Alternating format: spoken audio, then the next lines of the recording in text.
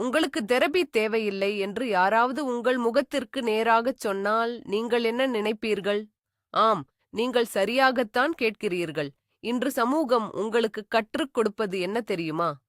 உங்களுக்கு ஒரு சிறு பிரச்சனை என்றாலும் உங்கள் உணர்ச்சிகளைப் பற்றி பேசுங்கள், அழுது தீருங்கள், உங்களுக்காக அனுதாபப்படுகிற ஒருவரிடம் சென்று ஆறுதல் தேடுங்கள் என்பதுதான்.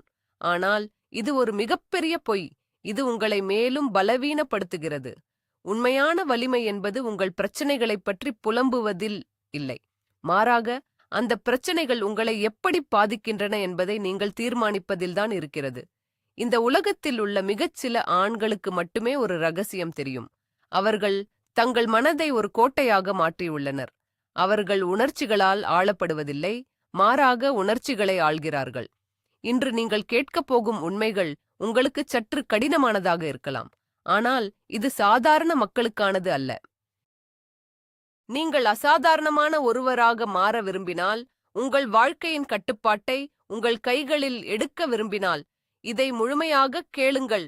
இதை புரிந்து கொண்ட பிறகு நீங்கள் பழைய மனிதராக இருக்க மாட்டீர்கள். நீங்கள் தயாரா? உங்களிடம் அந்த மன உறுதி இருக்கிறதா என்பதை நிரூபியுங்கள். நவீன உலகம் ஆண்களை மிகவும் பலவீனமானவர்களாக மாற்றிவிட்டது. ஒவ்வொரு சிறு சவாலுக்கும், ஒவ்வொரு சிறு வலிக்கும் நாம் உடனடியாக ஒரு மாத்திரையையோ அல்லது ஒரு தற்காலிக ஆறுதலையோ தேடி ஓடுகிறோம். நம்முடைய தாத்தாக்களும் முப்பாட்டன்களும் எதிர்கொண்ட சவால்களுடன் ஒப்பிடும்போது நாம் இன்று சந்திக்கும் பிரச்சனைகள் மிகவும் சிறியவை. ஆனால் நமது மன உறுதி அதைவிட சிறியதாகிவிட்டது. ஒரு சிறிய விமர்சனம், ஒரு தொழில் தோல்வி அல்லது ஒரு உறவில் ஏற்படும் முறிவு உங்களை நிலைகுலையச் செய்கிறதென்றால், பிரச்சினை வெளியில் இல்லை, உங்கள் மனதின் கட்டமைப்பில் உள்ளது. சமூகம் உங்களிடம் மென்மையாக இருங்கள் என்று சொல்கிறது. ஆனால் உண்மை என்னவென்றால், உலகம் மென்மையானவர்களை மதிப்பதே இல்லை. உலகம் வலிமையானவர்களை மட்டுமே மதிக்கிறது. நாம் இங்கு உணர்ச்சிகளை முற்றிலுமாக அழித்துவிட்டு ஒரு இயந்திரமாக மாறுவதைப் பற்றி பேசவில்லை. நாம் பேசுவது உணர்ச்சிகளுக்கு சரியான இடம் கொடுப்பதைப் பற்றி. கோபம், சோகம், விரக்தி ஆகியவை வரும். ஆனால் அவை உங்கள் முடிவுகளை தீர்மானிக்கக்கூடாது. நீங்கள் அந்த உணர்ச்சிகளை பார்த்து அவற்றை கடந்து சென்று உங்கள் இலக்கை நோக்கி எப்படி நிதானமாக அடியெடுத்து வைப்பது என்பதைப் பற்றி பேசப் போகிறோம். இதுதான் நவீன காலத்துக்கான உண்மையான மனபலம். இதுதான் உங்களை ஒரு வலிமையான ஆணாக உருவாக்கும் அடித்தளம். முதல் கட்டம். உங்கள் மனம் ஒரு போர்க்களம். அதில் நீங்கள் தளபதியாக இருக்க வேண்டும். பெரும்பாலான ஆண்கள் தங்கள் மனதிற்குள் என்ன நடக்கிறது என்பதை கவனிப்பதே இல்லை. ஒரு நிகழ்வு நடக்கிறது, உடனடியாக அவர்கள் உணர்ச்சி வசப்பட்டு எதிர்வினையாற்றுகிறார்கள். யாராவது அவர்களை அவமதித்தால் உடனே கோபப்படுகிறார்கள். ஒரு விஷயம் தவறாக நடந்தால் உடனே சோகப்படுகிறார்கள். இது விலங்குகளின் குணம். ஆனால் உங்களை மற்றவர்களிடமிருந்து வேறுபடுத்துவது எது? அந்த எதிர்வினைக்கு முந்தைய சில நொடிகள். ஒரு தூண்டுதலுக்கும் அதற்கான உங்கள் எதிர்வினைக்கும் இடையே ஒரு சிறிய இடைவெளி உள்ளது. அந்த இடைவெளியில்தான் உங்கள் முழு சுதந்திரமும் உங்கள் வலிமையும் அடங்கியுள்ளது. வலிமையான ஒரு ஆண் அந்த இடைவெளியை பயன்படுத்துகிறான். அவன் கோபத்தை உணர்கிறான், ஆனால் கோபமாக மாறுவதில்லை. அவன் சோகத்தை உணர்கிறான், ஆனால் சோகத்தில் மூழ்குவதில்லை. அவன் அந்த உணர்ச்சிகளை ஒரு பார்வையாளனைப் போல தள்ளி நின்று பார்க்கிறான். இந்த உணர்ச்சி இப்போது எனக்கு தேவையா? இது என் இலக்கிற்கு உதவுமா என்று தன்னைத்தானே கேட்டுக்கொள்கிறான். இதுதான் மனதின் மீதான முழுமையான கட்டுப்பாடு. இதை நீங்கள் பழகிக்கொண்டால் உலகத்தில் எந்த ஒரு மனிதனாலும் எந்த ஒரு சூழ்நிலையாலும் உங்கள் மன அமைதியை குலைக்க முடியாது. இரண்டாவது விதி. நீங்கள் கட்டுப்படுத்த முடியாததை ஏற்றுக்கொள்ளும் கலை. மனிதர்களாகிய நாம் படும் பாடுகளுக்கு காரணம் நம்மால் கட்டுப்படுத்த முடியாத விஷயங்களை நாம் கட்டுப்படுத்த நினைப்பதுதான். போக்குவரத்து நெரிசல், மற்றவர்கள் நம்மை பற்றி என்ன நினைக்கிறார்கள், பொருளாதார வீழ்ச்சி அல்லது ஒரு மோசமான வானிலை, இவற்றையெல்லாம் நினைத்து நீங்கள் எவ்வளவு கோபப்பட்டாலும் கவலைப்பட்டாலும் எதுவும் மாறப்போவதில்லை. ஆனால் நீங்கள் என்ன செய்கிறீர்கள்? உங்கள் முழு ஆற்றலையும் இந்த தேவையில்லாத விஷயங்களில் செலவிடுகிறீர்கள். ஒரு வலிமையான மனிதன் தனது ஆற்றலின் மதிப்பை அறிவான். அவன் தன்னிடம் உள்ள மனச்சக்தியை ஒருபோதும் வீணாக்குவதில்லை. அவனது கவனம் முழுவதும் அவன் கட்டுப்படுத்தக்கூடிய விஷயங்களின் மீது மட்டுமே இருக்கும். அவனது செயல்கள், அவனது எண்ணங்கள், அவனது உழைப்பு மற்றும் அவனது ஒழுக்கம். மற்றவை அனைத்தும் அவனுக்கு பொருட்டல்ல. மழை பெய்தால் அவன் வானத்தை பார்த்து கத்துவதில்லை, குடையை விரிக்கிறான். இதுதான் வேறுபாடு. அடுத்த முறை நீங்கள் ஒரு விஷயத்திற்காக வருத்தப்படும்போது உங்களை நீங்களே கேட்டுக்கொள்ளுங்கள், இதை என்னால் மாற்ற முடியுமா? முடியும் என்றால் அதை மாற்றுவதற்கான செயலில் இறங்குங்கள். முடியாது என்றால் அதை அப்படியே ஏற்றுக்கொண்டு அடுத்த வேலையை பாருங்கள். இதுவே உங்களை மன அழுத்தத்திலிருந்து காப்பாற்றும் கவசம். மூன்றாவது தத்துவம். பாதிப்பு என்பது உங்கள் கற்பனையே தவிர உண்மையல்ல. உங்களை ஒருவன் அவமதிக்கிறான் என்று வைத்துக்கொள்வோம். அந்த வார்த்தைகள் காற்றில் கலக்கும் வெறும் சத்தங்கள் மட்டுமே. அந்த வார்த்தைகளுக்கு உயிர் கொடுத்து அதை உங்கள் மனதிற்குள் அனுமதித்து உங்களை நீங்களே காயப்படுத்திக் கொள்வது யார்? நீங்கள்தான். உங்களை யாரும் மனதளவில் காயப்படுத்த முடியாது, அதற்கான அனுமதியை நீங்கள் வழங்கும் வரை. இது ஒரு ஆழமான உளவியல் உண்மை. உங்கள் மனம் இரும்பை போல உறுதியாக இருந்தால் எந்த விமர்சனமும் எந்த அவமானமும் அதில் பட்டு தெறித்துவிடும். ஒரு முட்டாள் உங்களை பார்த்து முட்டாள் என்று சொன்னால் நீங்கள் ஏன் கவலைப்பட வேண்டும்? அவனது அறியாமை, அவனது பிரச்சினை உங்களுடையது அல்ல. உங்கள் சுயமதிப்பு மற்றவர்களின் வார்த்தைகளில் இல்லை, அது உங்கள் சொந்த செயல்களிலும் உங்கள் மனசாட்சியிலும் உள்ளது. வலிமையான ஆண்கள் மற்றவர்களின் கருத்துக்களுக்கு அடிபணிவதில்லை. அவர்கள் தங்களுக்கென ஒரு உயர்வான தரநிலையை வைத்திருக்கிறார்கள். அந்த தரநிலையின்படி தாங்கள் வாழ்கிறோமா என்பதை மட்டுமே அவர்கள் கவனிப்பார்கள். உலகம் அவர்களை புகழ்ந்தாலும் இகழ்ந்தாலும் அவர்கள் சமநிலையிலேயே இருப்பார்கள். இந்த மனநிலையை நீங்கள் அடைந்துவிட்டால் நீங்கள் உண்மையிலேயே சுதந்திரமானவர். நான்காவது விஷயம், தற்போதைய தருணத்தின் சக்தி. பெரும்பாலான ஆண்கள் ஒன்று கடந்த காலத்தின் தவறுகளை நினைத்து வருத்தப்பட்டுக் கொண்டிருப்பார்கள் அல்லது எதிர்காலத்தின் பயங்களில் மூழ்கியிருப்பார்கள். ஆனால் வாழ்க்கை எங்கு நடக்கிறது? இந்த நொடியில், இங்கு மட்டுமே நடக்கிறது. நீங்கள் கடந்த காலத்தை மாற்ற முடியாது, எதிர்காலத்தை முழுமையாக கணிக்கவும் முடியாது. உங்களிடம் இருப்பது இந்த தற்போதைய நிமிடம் மட்டுமே. ஒரு வலிமையான ஆண் தனது முழு கவனத்தையும் நிகழ்காலத்தில் குவிக்கிறான். அவன் தனது வேலையைச் செய்யும்போது 100% அதிலேயே மூழ்கியிருக்கிறான். அவனது மனம் அங்கும் இங்கும் அலைபாயாது. இது ஒரு வகையான தியான நிலை. உங்களுக்கு ஒரு கஷ்டமான வேலை இருக்கிறதென்றால் அந்த வேலையின் முழு அளவையும் நினைத்து பயப்பட வேண்டாம். இந்த நொடியில் நான் என்ன செய்ய வேண்டும்? அடுத்த ஒரு சிறு அடியை எப்படி எடுத்து வைப்பது? அதை மட்டும் சிந்தியுங்கள். அதை மட்டும் சிறப்பாகச் செய்யுங்கள். இந்த நிகழ்கால கவனம் உங்கள் பயத்தை அழித்துவிடும், உங்கள் சிந்தனையை தெளிவாக்கும். இதுதான் சிறந்த படைப்பாளிகள், சிறந்த தலைவர்கள் பயன்படுத்தும் ரகசியம். உங்கள் மனதை இந்த நொடியில் நிறுத்தி பழகுங்கள். உங்கள் செயல்திறன் பல மடங்கு அதிகரிப்பதை நீங்கள் காண்பீர்கள். ஐந்தாவது கோட்பாடு, தோல்வியை ஒரு தடவாக மட்டுமே பார்ப்பது. சாதாரண மனிதர்கள் தோல்வியைக் கண்டால் இடிந்து போகிறார்கள். தங்களை அதிர்ஷ்டமில்லாதவர்கள் என்று முத்திரை குத்திக் கொள்கிறார்கள். ஆனால் உயர் நிலையில் உள்ளவர்கள் தோல்வியை எப்படி பார்க்கிறார்கள் தெரியுமா? அவர்களுக்கு தோல்வி என்பது உணர்ச்சிகரமான ஒரு விஷயம் அல்ல. அது வெறும் தகவல். ஒரு கணக்கை செய்யும்போது விடை தவறாக வந்தால் நாம் என்ன செய்வோம்? எந்த இடத்தில் பிழை நடந்தது என்று தேடி திருத்துவோமே தவிர அழுது கொண்டிருக்க மாட்டோம். வாழ்க்கையும் அப்படித்தான். ஒரு வணிகம் தோல்வியடைந்தால் அல்லது ஒரு உறவு முறிந்தால் அது ஒரு பாடம். நான் என்ன தவறு செய்தேன்? எனது அணுகுமுறையில் எங்கு குறை இருந்தது? அடுத்த முறை இதை எப்படிச் சரியாகச் செய்வது என்று சிந்திக்க வேண்டும். இதுதான் உணர்ச்சியற்ற, பகுத்தறிவு சார்ந்த சிந்தனை முறை. தோல்வி என்பது உங்களை அழிப்பதற்கானது அல்ல, உங்களை செதுக்குவதற்கானது. ஒவ்வொரு தோல்வியும் உங்களுக்கு ஒரு புதிய அறிவைக் கொடுக்கிறது. அந்த அறிவைக் கொண்டு உங்களை நீங்களே மேம்படுத்திக் கொள்ள வேண்டும். தோல்வியைக் கண்டு பயப்படுபவன் எதையும் சாதிக்க மாட்டான். தோல்வியைக் கொண்டாடுபவன், அதிலிருந்து கற்றுக்கொள்பவன் எவராலும் அசைக்க முடியாத உயரத்திற்குச் செல்வான். ஆறாவது ரகசியம், ஒழுக்கம் என்பது உந்துதலை விட மேலானது.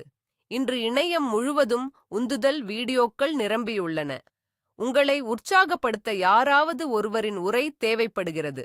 ஆனால் உண்மை என்னவென்றால், உந்துதல் என்பது ஒரு தற்காலிக உணர்ச்சி. அது காலையில் இருக்கும், மாலையில் காணாமல் போய்விடும். உணர்ச்சிகளை நம்பி உங்கள் வாழ்க்கையை நீங்கள் கட்டி எழுப்ப முடியாது. ஒரு வலிமையான மனிதன் உந்துதலுக்காக காத்திருப்பதில்லை. அவன் ஒழுக்கத்தை நம்புகிறான். உனக்கு உடற்பயிற்சி செய்ய பிடிக்கிறதோ இல்லையோ, நீ ஜிம்மிற்குச் செல்கிறாய். உனக்கு வேலை செய்ய பிடிக்கிறதோ இல்லையோ, நீ உன் மேசையின் முன் அமர்கிறாய். இதுதான் ஒழுக்கம். உங்கள் மனதிற்கும் உங்கள் உடலுக்கும் யார் எஜமானர் என்பதை நீங்கள் நிரூபிக்கும் இடமே இதுதான். நீங்கள் சோர்வாக இருக்கும்போது, உங்களுக்கு விருப்பம் இல்லாதபோது, நீங்கள் எடுக்கும் முடிவுதான் உங்கள் வாழ்க்கையின் தரத்தை தீர்மானிக்கிறது. உணர்ச்சிகளை ஓரங்கட்டிவிட்டு கடமையை செய்ய பழகுங்கள். உந்துதல் இல்லாத நாட்களில் நீங்கள் செய்யும் வேலைதான் உங்களை வெற்றியை நோக்கிக் கொண்டு செல்லும். ஒழுக்கம்தான் உங்களை சுதந்திரமான மனிதனாக மாற்றும் ஒரே வழி. 7வது கட்டம், எதிர்பார்ப்புகளை அழிப்பது. மனிதனின் பெரும்பாலான துக்கங்களுக்கு காரணம் என்ன தெரியுமா? அவனது எதிர்பார்ப்புகள்தான். நண்பர்கள் தனக்கு உதவி செய்வார்கள் என்று அவன் எதிர்பார்க்கிறான். சமூகம் தன்னை மதிக்கும் என்று எதிர்பார்க்கிறான். உலகம் நியாயமாக நடக்கும் என்று எதிர்பார்க்கிறான். ஆனால் உலகம் அப்படி இயங்குவதில்லை. உலகம் உங்கள் எதிர்பார்ப்புகளுக்கு ஏற்ப நடந்து கொள்ள வேண்டிய அவசியமும் இல்லை. ஒரு எலிட் மனிதன் யாரிடமிருந்தும் எதையும் எதிர்பார்ப்பதில்லை. அவன் தனக்கு தேவையானதை தானே உருவாக்கிக் கொள்கிறான். யாராவது அவனுக்கு உதவி செய்தால் அதை ஒரு பரிசாக எடுத்துக்கொள்கிறான், உரிமையாக அல்ல. யாராவது அவனுக்கு துரோகம் செய்தால் அவன் ஆச்சரியப்படுவதில்லை. ஏனென்றால் மனித இயல்பு அதுதான் என்பதை அவன் அறிவான். உங்கள் எதிர்பார்ப்புகளை நீங்கள் குறைத்துக் கொள்ளும்போது உங்கள் ஏமாற்றங்களும் மறைந்து விடுகின்றன. நீங்கள் முழுமையாக உங்கள் கால்களில் நிற்க ஆரம்பிக்கிறீர்கள். நீங்கள் மற்றவர்களைச் சார்ந்து இருப்பதை நிறுத்திவிட்டு உங்கள் சொந்த வலிமையைச் சார்ந்து நிற்க பழகுகிறீர்கள். இது ஒரு அபாரமான சுதந்திர உணர்வை தரும். எதிர்பார்ப்புகள் அற்ற மனம் எப்போதுமே அமைதியாகவும் தெளிவாகவும் இருக்கும். 8வது தத்துவம், கடினமான பாதையை விரும்பித் தேர்ந்தெடுப்பது. மனித மூளை எப்போதுமே வசதியான, எளிதான பாதையையே தேர்ந்தெடுக்கச் சொல்லும். சோஃபாவில் படுத்துக்கொண்டு தொலைக்காட்சி பார்ப்பது எளிது. சுவையான, ஆரோக்கியமற்ற உணவுகளைச் சாப்பிடுவது எளிது. ஆனால் இந்த எளிதான விஷயங்கள் அனைத்தும் உங்கள் மனதை மென்மையாக்கி உங்கள் உடலை பலவீனமாக்குகின்றன. மன உறுதி என்பது ஒரு தசை போன்றது.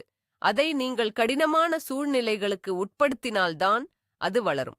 வேண்டுமென்றே உங்களுக்கு நீங்களே சில கஷ்டங்களை கொடுத்துக் கொள்ளுங்கள். குளிர்ந்த நீரில் குளியுங்கள். அதிகாலையில் எழுந்து ஓடுங்கள். உங்கள் உடலை வருத்தி உடற்பயிற்சி செய்யுங்கள். பசியை பொறுத்துக்கொள்ள பழகுங்கள். ஏன் இதைச் செய்ய வேண்டும்? ஏனென்றால் நீங்கள் உங்களை சிறிய சிறிய கஷ்டங்களுக்கு பழக்கப்படுத்தும்போது, வாழ்க்கை உங்களுக்கு பெரிய கஷ்டங்களை கொடுக்கும்போது அதைச் சமாளிக்க உங்கள் மனம் தயாராக இருக்கும். நீங்கள் அசாதாரணமான வலிமையை பெறுவீர்கள். வசதியை தேடி ஓடுபவன் ஒருபோதும் பெரிய ஆளாக முடியாது. வலியை பொறுத்துக்கொண்டு அதை கடந்து செல்பவனே வரலாற்றை படைக்கிறான். 9வது விதி, பேச்சை குறைத்து செயலை அதிகரிப்பது. எதையும் செய்யாதவர்கள்தான் அதிகம் பேசுவார்கள். தங்கள் திட்டங்களைப் பற்றி, தங்கள் கனவுகளைப் பற்றி, தாங்கள் எவ்வளவு பெரிய ஆளாகப் போகிறோம் என்பதைப் பற்றி அவர்கள் ஊருக்கே தம்பட்டம் அடிப்பார்கள். ஆனால் இது ஒரு உளவியல் பொறி. நீங்கள் உங்கள் இலக்குகளைப் பற்றி மற்றவர்களிடம் பேசும்போது உங்கள் மூளை அதைச் சாதித்து விட்டது போன்ற ஒரு போலியான திருப்தியை அடைகிறது. அதன் பிறகு அந்த இலக்கை அடைவதற்கான உந்துதல் குறைந்து விடுகிறது. வலிமையான ஆண்கள் அமைதியாக இருப்பார்கள். அவர்கள் நிழலில் இருந்து வேலை செய்வார்கள். அவர்கள் தங்கள் வெற்றிகளைப் பற்றி பேசுவதில்லை. அவர்களின் முடிவுகள் பேசும். அமைதி என்பது பலவீனமல்ல, அது ஒரு மிகப்பெரிய சக்தி. நீங்கள் அமைதியாக இருக்கும்போது மற்றவர்கள் உங்களை எளிதில் கணிக்க முடியாது. உங்கள் ஆற்றல் முழுவதும் உங்கள் செயலில் மட்டுமே குவியும். உங்கள் திட்டங்களை ரகசியமாக வைத்திருங்கள். உங்கள் அடுத்த நகர்வு என்ன என்பது யாருக்கும் தெரியக்கூடாது. உங்கள் வெற்றியின் சத்தம் மட்டுமே அவர்கள் காதுகளை எட்ட வேண்டும். வார்த்தைகளில் அல்ல, உங்கள் வாழ்க்கையில் உங்கள் ஆளுமையை காட்டுங்கள். 10வது கோட்பாடு, அனைத்திற்கும் நீங்களே பொறுப்பேற்பது. உங்களை சுற்றி நடக்கும் அனைத்திற்கும், உங்கள் வாழ்க்கையின் தற்போதைய நிலைக்கும் நீங்களே முழு பொறுப்பு என்று நீங்கள் எப்போது மனதார ஏற்றுக்கொள்கிறீர்களோ அந்த நொடியில் உங்கள் வாழ்க்கை மாறும். மற்றவர்களை குறை கூறுவது மிகவும் எளிது. என் பெற்றோர் எனக்கு சரியான வசதிகளைச் செய்து தரவில்லை, அரசாங்கம் சரியில்லை, பொருளாதாரம் சரியில்லை, என் முதலாளி சரியில்லை என்று சொல்லிக்கொண்டே இருக்கலாம். இது பலவீனமானவர்களின் தாரக மந்திரம். நீங்கள் மற்றவர்களை குறை கூறும்போது உங்கள் வாழ்க்கையை மாற்றும் சக்தியை நீங்கள் அவர்களிடம் கொடுத்து விடுகிறீர்கள். ஒரு வலிமையான மனிதன் சூழ்நிலை எப்படி இருந்தாலும் சரி, இதற்கு நான் மட்டுமே பொறுப்பு, இதை நான் தான் சரி செய்ய வேண்டும் என்று முடிவெடுக்கிறான். நீங்கள் ஏழையாக பிறந்திருக்கலாம், அது உங்கள் தவறல்ல. ஆனால் நீங்கள் ஏழையாகவே இறந்தால் அது நிச்சயமாக உங்கள் தவறுதான். பொறுப்பை ஏற்றுக்கொள்ளும் அந்த மனநிலை உங்களுக்கு ஒரு அபாரமான சக்தியை கொடுக்கும். உங்கள் வாழ்க்கையின் சுக்கான் உங்கள் கைகளுக்கு வரும். நீங்கள் பாதிக்கப்பட்டவர் என்ற நிலையிலிருந்து உங்கள் விதியை எழுதும் படைப்பாளியாக மாறுவீர்கள். 11வது விஷயம், உங்களுக்கான எல்லையை வகுத்துக் கொள்வது. நீங்கள் அமைதியானவராக இருக்கலாம், பொறுமையானவராக இருக்கலாம். அதற்காக உங்களை யார் வேண்டுமானாலும் எப்படி வேண்டுமானாலும் நடத்தலாம் என்று அர்த்தமல்ல. உங்கள் கருணை உங்கள் பலவீனமாக பார்க்கப்படக்கூடாது. உங்களுக்குள் ஒரு தெளிவான எல்லை இருக்க வேண்டும். அந்த எல்லையை யாரும் மீற நீங்கள் அனுமதிக்கக்கூடாது. யாராவது உங்களை அவமரியாதையாக நடத்தினால் அதை நீங்கள் சிரித்துக்கொண்டே கடந்து செல்லக்கூடாது. நீங்கள் கத்த வேண்டியதில்லை, கோபப்பட வேண்டியதில்லை. ஆனால் மிகத் தீர்க்கமாக, உறுதியான குரலில், இதை நான் அனுமதிக்க மாட்டேன் என்று சொல்லத் தெரிய வேண்டும். உங்களை நீங்களே மதிக்கவில்லை என்றால் இந்த உலகம் உங்களை ஒருபோதும் மதிக்காது. உங்களைச் சுற்றியிருப்பவர்கள் உங்களிடம் எப்படி நடந்து கொள்ள வேண்டும் என்பதை நீங்கள்தான் அவர்களுக்கு கற்றுக் கொடுக்கிறீர்கள். இல்லை என்று சொல்லப் பழகுங்கள். உங்களுக்கு விருப்பமில்லாத விஷயங்களுக்கு, உங்கள் நேரத்தை வீணடிக்கும் நபர்களுக்கு, உங்கள் மன அமைதியைக் கெடுக்கும் உறவுகளுக்கு தயங்காமல் இல்லை என்று சொல்லுங்கள். இது உங்களை சுயநலவாதியாக ஆக்காது, மாறாக உங்களை ஒரு சுயமரியாதை உள்ள ஆணாக உயர்த்தும். 12வது தத்துவம், தனிமையை நேசிப்பது. ஒருவன் தனியாக இருப்பதற்கும் தனிமையில் வாடுவதற்கும் நிறைய வித்தியாசம் உள்ளது.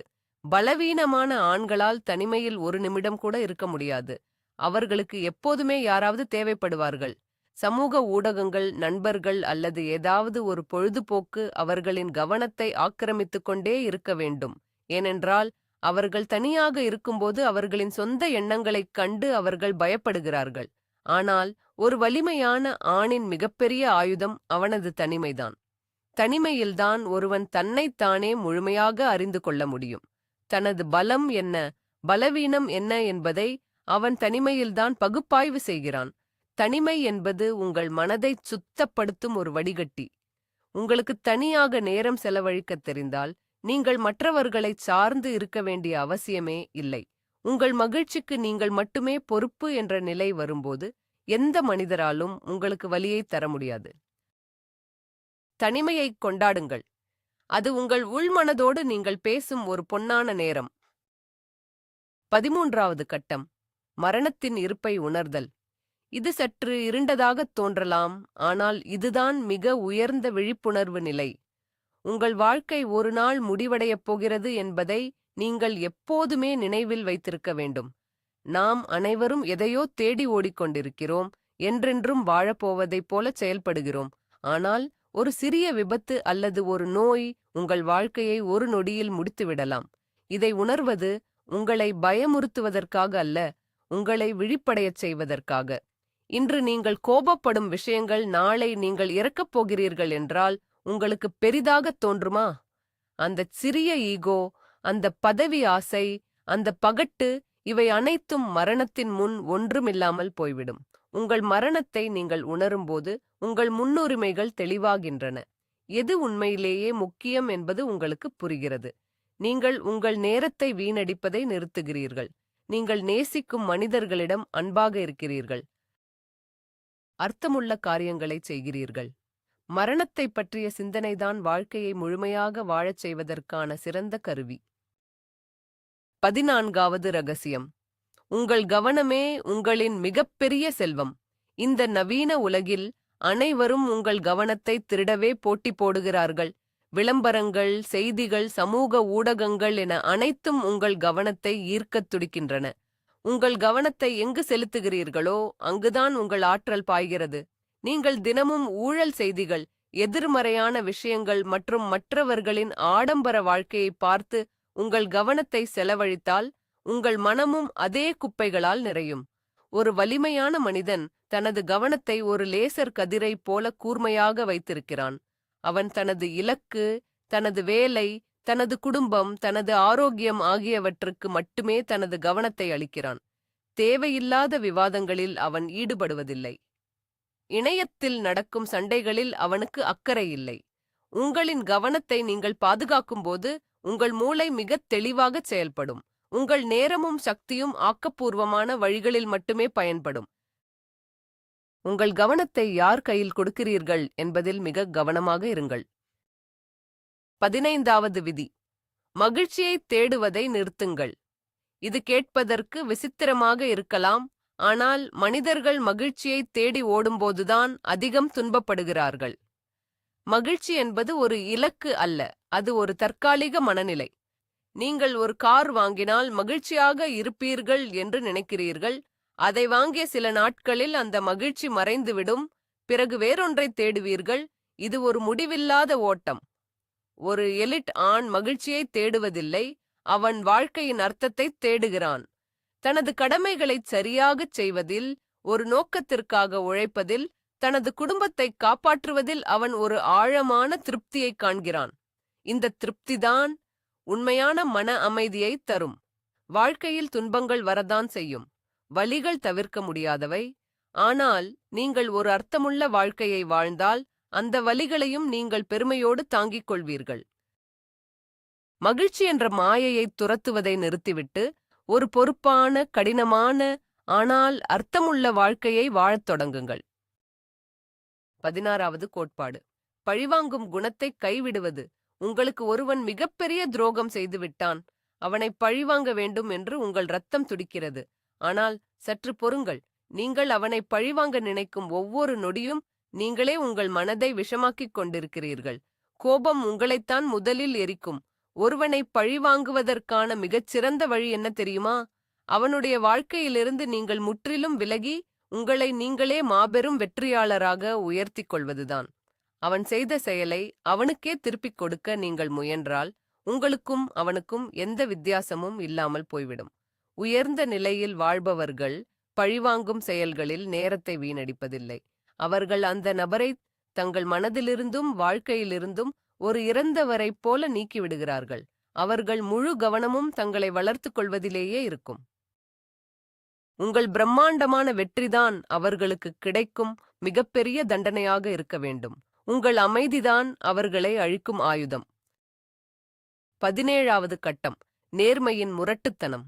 ஒரு உண்மையான ஆண் ஒருபோதும் பொய்களுக்குப் பின்னால் ஒளிந்து கொள்வதில்லை. பொய் சொல்வது என்பது பலவீனத்தின் அடையாளம். உண்மையை எதிர்கொள்ள தைரியமில்லாதவன்தான் பொய் சொல்வான். நீங்கள் செய்யும் சிறு சிறு காரியங்களில் கூட நேர்மையாக இருக்கப் பழகுங்கள். நீங்கள் ஒரு தவறு செய்துவிட்டால் அதை நேருக்கு நேர் பார்த்து, ஆம், நான் தவறு செய்துவிட்டேன் என்று ஒப்புக்கொள்ளும் தைரியத்தை வளர்த்துக் கொள்ளுங்கள். இந்த நேர்மை ஆரம்பத்தில் உங்களுக்கு சில கஷ்டங்களை கொடுக்கலாம், சில உறவுகளை பிரிக்கலாம். ஆனால் நீண்ட கால அடிப்படையில் இது உங்களுக்கு ஒரு அசைக்க முடியாத நற்பெயரை பெற்றுத்தரும். மக்கள் உங்களை முழுமையாக நம்புவார்கள். நீங்கள் சொல்வதை அப்படியே ஏற்றுக்கொள்வார்கள். உங்களைச் சுற்றி ஒரு நம்பகத்தன்மை என்ற ஒளிவட்டம் உருவாகும். உண்மையைச் சொல்லும் மனிதனுக்கு எதையும் நினைத்து பயப்பட வேண்டிய அவசியமில்லை. அவனது மனம் எப்போதுமே எந்த குற்ற உணர்ச்சியும் இல்லாமல் நிம்மதியாக இருக்கும். இந்த முரட்டுத்தனமான நேர்மைதான் உங்களை ஒரு வலிமையான தலைவனாக மாற்றும். 18வது தத்துவம்: மற்றவர்களின் தவறுகளை மன்னிக்கும் தன்மை, ஆனால் மறக்காத தெளிவு. உலகம் நல்லவர்கள் மட்டும் வாழும் இடம் அல்ல. இங்கே பலவிதமான மனிதர்கள் இருக்கிறார்கள். அவர்கள் உங்களை காயப்படுத்துவார்கள், ஏமாற்றுவார்கள். ஒரு ஸ்டாயிக் மனிதன் அவர்களின் செயல்களுக்காக அவர்களை மன்னித்து விடுகிறான். ஏனென்றால் அவர்கள் தங்கள் அறியாமையாலும் ஈகோவினாலும் அப்படிச் செய்கிறார்கள் என்பதை அவன் புரிந்து கொள்கிறான். மன்னிக்காமல் மனதில் வன்மத்தை வைத்துக் கொள்வது அவனுக்குத்தான் சுமை. எனவே அவன் அந்தச் சுமையை இறக்கி வைத்து விடுகிறான். ஆனால் அவன் அதை ஒருபோதும் மறப்பதில்லை. அந்த மனிதன் எப்படிப்பட்டவன், அவனது குணம் என்ன என்பதை அவன் தனது மூளையில் தெளிவாக பதிவு செய்து கொள்கிறான். அடுத்த முறை அந்த நபர் அவனிடம் வரும்போது அவன் மிகுந்த எச்சரிக்கையுடன் இருப்பான். மன்னிப்பது உங்கள் மன அமைதிக்காக, மறக்காமல் இருப்பது உங்கள் பாதுகாப்பிற்காக. இந்த இரண்டுக்கும் இடையிலான சமநிலையை புரிந்து கொள்வதுதான் ஒரு முதிர்ச்சியான மனிதனின் அடையாளம். 19வது விதி, தலைமையாக மாறுவது. தலைமை என்பது ஒரு பதவி அல்ல, அது ஒரு குணாதிசயம். ஒரு வலிமையான ஆண் அவனது குடும்பத்திற்கு, அவனது நண்பர்களுக்கு, அவனது சமூகத்திற்கு ஒரு தூணாக இருக்கிறான். நெருக்கடியான நேரங்களில் அனைவரும் பயந்து நடுங்கும்போது அவன் மட்டுமே அமைதியாக என்ன செய்ய வேண்டும் என்று சிந்தித்துச் செயல்படுவான். அவன் தனது செயல்களின் மூலம் மற்றவர்களுக்கு முன்மாதிரியாக திகழ்கிறான். அவன் மற்றவர்களை அதிகாரத்தால் ஆளுவதில்லை, தனது ஒழுக்கத்தால், தனது பொறுப்புணர்வால் ஈர்க்கிறான். நீங்கள் ஒரு தலைவனாக மாற விரும்பினால் முதலில் உங்களை நீங்கள் ஆளக் கற்றுக்கொள்ள வேண்டும். உங்கள் உணர்ச்சிகளை, உங்கள் நேரத்தை, உங்கள் உடலை நீங்கள் நிர்வகிக்கத் தெரியவில்லை என்றால் நீங்கள் எப்படி மற்றவர்களை வழிநடத்த முடியும்? உங்களை நீங்களே செதுக்கிக் கொள்ளும் இந்த பயணம் உங்களை இயல்பாகவே ஒரு தலைவனாக உயர்த்தும். உங்களைச் சுற்றி இருப்பவர்கள் உங்கள் பலத்தை உணர்ந்து தானாகவே உங்களை பின்பற்றுவார்கள். இதுதான் ஒரு ஆணின் உண்மையான சமூக வெற்றி. 20வது மற்றும் இறுதி ரகசியம். இது ஒரு தொடர்ச்சியான பயணம். இந்த தத்துவங்களை இன்று கேட்டுவிட்டு நாளைக்கு நீங்கள் ஒரு இரும்பு மனிதனாக மாறிவிட முடியாது. இது ஒரு வாழ்க்கை முறை. மனதை அடக்குவது என்பது தினமும் செய்ய வேண்டிய ஒரு பயிற்சி. உடற்பயிற்சி செய்வது போல உங்கள் மனதையும் தினமும் நீங்கள் கவனிக்க வேண்டும். சில நாட்கள் நீங்கள் தோற்றுப்போவீர்கள், உணர்ச்சிகளுக்கு அடிமையாவீர்கள், கோபப்படுவீர்கள். அது இயற்கையானது. ஆனால் உடனே உங்களைச் சுதாரித்துக் கொண்டு மீண்டும் இந்த பாதைக்கு திரும்ப வேண்டும். ஒரு சிற்பி கல்லை ஊலியால் அடித்துச் சிலையாக மாற்றுவது போல இந்த தத்துவங்களைக் கொண்டு உங்கள் மனதில் இருக்கும் தேவையில்லாத குப்பைகளை, பலவீனங்களை நீக்கிக் கொண்டே இருக்க வேண்டும். உங்களை நீங்களே செதுக்கும் இந்த கடினமான வேலையைச் செய்ய நீங்கள் தயாராக இருந்தால் உங்களை எந்தச் சக்தியாலும் தோற்கடிக்க முடியாது. நீங்கள் உங்கள் மனதின் ராஜாவாக மாறுவீர்கள். இதுதான் உங்களுக்கு தேவையான ஒரே தெரபி. இப்போது நீங்கள் அந்த உண்மையை கேட்டுவிட்டீர்கள். இந்த உலகத்தில் உள்ள மிகச்சில ஆண்களுக்கு மட்டுமே புரிந்த உளவியல் மேலாதிக்கத்தின் விதிகளை நீங்கள் அறிந்துள்ளீர்கள். இது ஒரு தகவல் அல்ல, இது ஒரு ஆயுதம். உங்களுக்கு தெரபி தேவையில்லை. உங்களுக்கு தேவையானது தெளிவான மனநிலையும் அசைக்க முடியாத சுய கட்டுப்பாடும் தான். இதை நீங்கள் உங்கள் வாழ்க்கையில் பயன்படுத்தத் தொடங்கினால் நீங்கள் இதுவரை உணராத ஒரு அபாரமான சக்தியை உங்களுக்குள் உணர்வீர்கள். உங்களின் இந்த மாற்றப் பயணத்திற்கு வாழ்த்துக்கள். இந்த வீடியோ உங்கள் சிந்தனையை மாற்றியிருந்தால், உங்கள் மன உறுதியை அதிகரித்திருந்தால், கண்டிப்பாக இந்த சேனலுக்கு சப்ஸ்கிரைப் செய்யுங்கள். உங்கள் நண்பர்களுடன் பகிருங்கள். உங்களிடம் ஒரு கேள்வி. இந்த 20 விதிகளில் எந்த விதியை நீங்கள் இன்று முதல் உங்கள் வாழ்க்கையில் பின்பற்றப் போகிறீர்கள்? உங்கள் பதிலை கமெண்டில் பதிவு செய்யுங்கள். உங்கள் வெற்றியை நோக்கி ஒரு அடி எடுத்து வையுங்கள். நன்றி.